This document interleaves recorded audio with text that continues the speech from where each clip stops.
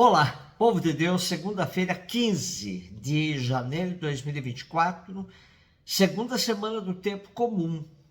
A nossa reflexão de hoje é a partir de 1 Samuel 15, 16, 23 e Marcos 2, 18 e 22. Naqueles dias Samuel disse a Saul: basta, deixa-me dizer-te o que o Senhor me revelou esta noite. Saul disse: fala. Então Samuel começou: por menor que sejas aos teus próprios olhos, acaso não és o chefe das tribos de Israel?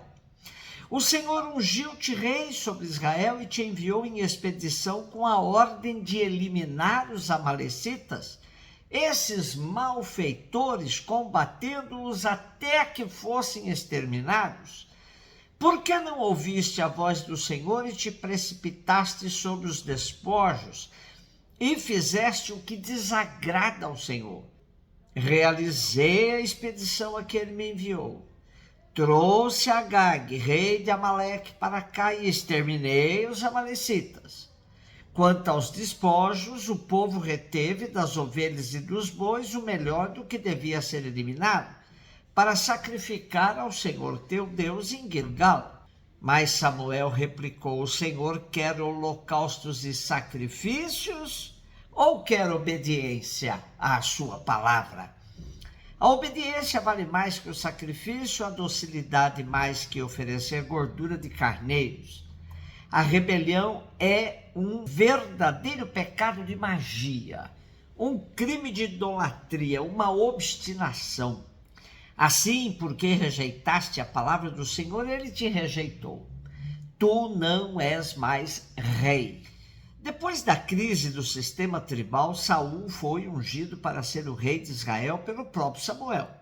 Porém, o povo ainda não estava satisfeito com o estilo de Saul governar, e Samuel lhe transmite essa desaprovação do seu governo e o destitui do cargo de monarca.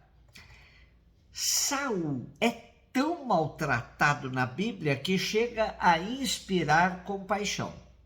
No nosso texto, é acusado por não ter sacrificado a Deus todos os despojos, o que pressupõe falta de fé e de obediência a Deus. Saul não foi certamente um santo, mas o autor sagrado parece ter carregado as tintas para fazer realçar a pessoa de Davi, cuja figura, com o decorrer do tempo, vai sendo cada vez mais idealizada, até chegar à do rei perfeito, apresentado no primeiro livro das Crônicas. O elemento mais considerável da narrativa está na declaração de Samuel: a obediência vale mais do que o sacrifício. Trata-se de uma relevante conquista do pensamento religioso. Mais do que os atos de culto, que podem não estar em sintonia com a fé, valoriza-se a vida. Mais do que aos atos externos de culto, dá-se importância à atitude interior da pessoa que os pratica. A oferta sacerdotal e existencial de Jesus será caracterizada pela obediência vivida no amor. Marcos 2, 18 e 22. Os discípulos de João Batista e os fariseus estavam jejuando. Então vieram dizer a Jesus: por que os discípulos de João e os discípulos dos fariseus jejuam, e os teus discípulos não jejuam? Jesus respondeu: os convidados de um casamento poderiam, por acaso, fazer jejum enquanto o noivo está com eles? Enquanto o noivo está com eles, os convidados não podem jejuar. Mas vai chegar o tempo em que o noivo será tirado do meio deles. Aí, então, eles vão jejuar. Ninguém põe um remendo de pano novo numa roupa velha, porque o remendo novo repuxa o pano velho e o rasgão fica maior ainda. Ninguém põe vinho novo em odres velhos, porque o vinho novo arrebenta os odres velhos e o vinho e os odres se perdem. Por isso, vinho novo em odres novos. O tema do jejum nos remete à realidade de tantas pessoas vivendo um jejum imposto pelo sistema econômico gerador de tantas desigualdades sociais. Como nos diz o grupo bíblico Verbo, o jejum forçado de milhares de crianças desnutridas, de mulheres e homens, é um grito que clama aos céus, denunciando a não realização do projeto da partilha e da solidariedade. O rito de jejuar é sentir e viver na própria pele a situação de fome de tantos irmãos e irmãos. Que a vivência do jejum nos leve a assumir com outras pessoas projetos empenhados na busca de realização de uma sociedade justa, onde a partilha não seja apenas um sacramento, mas uma vivência concreta. Comecei assim nossa reflexão para mostrar que Jesus Cristo não era contra a prática do jejum, mas era preciso uma atitude de vida correspondente. Os grupos religiosos da época de Jesus impunham um jejum ritualístico e não existencial.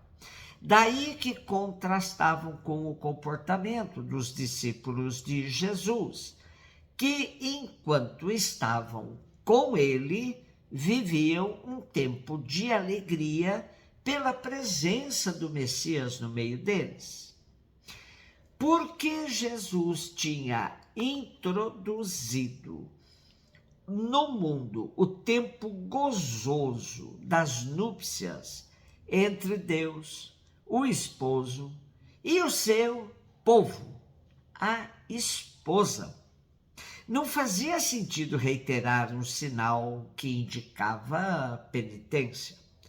Além disso, não havia que precipitar os acontecimentos. Tempos viriam em que a adesão dos discípulos a Jesus havia de lhes custar momentos difíceis, em que o jejum encontraria então seu real significado. As palavras sobre o pano novo em roupa velha, vinho novo em odres velhos, convidam-nos a compreender a novidade introduzida pelo Evangelho, confirmando a suspensão do sinal do jejum. Neste texto, Jesus também polemiza contra um ritualismo, que, como todos os ritualismos, pretende planificar a própria salvação, esquecendo que ela é uma iniciativa absoluta de Deus. O jejum, num sentido novo, não comportaria em meio à prática antiga dos partidários dos fariseus. Era preciso mudar a prática, privilegiar a busca pela justiça. Somente assim o jejum ganharia lugar na vida dos discípulos. Um beijo no seu coração.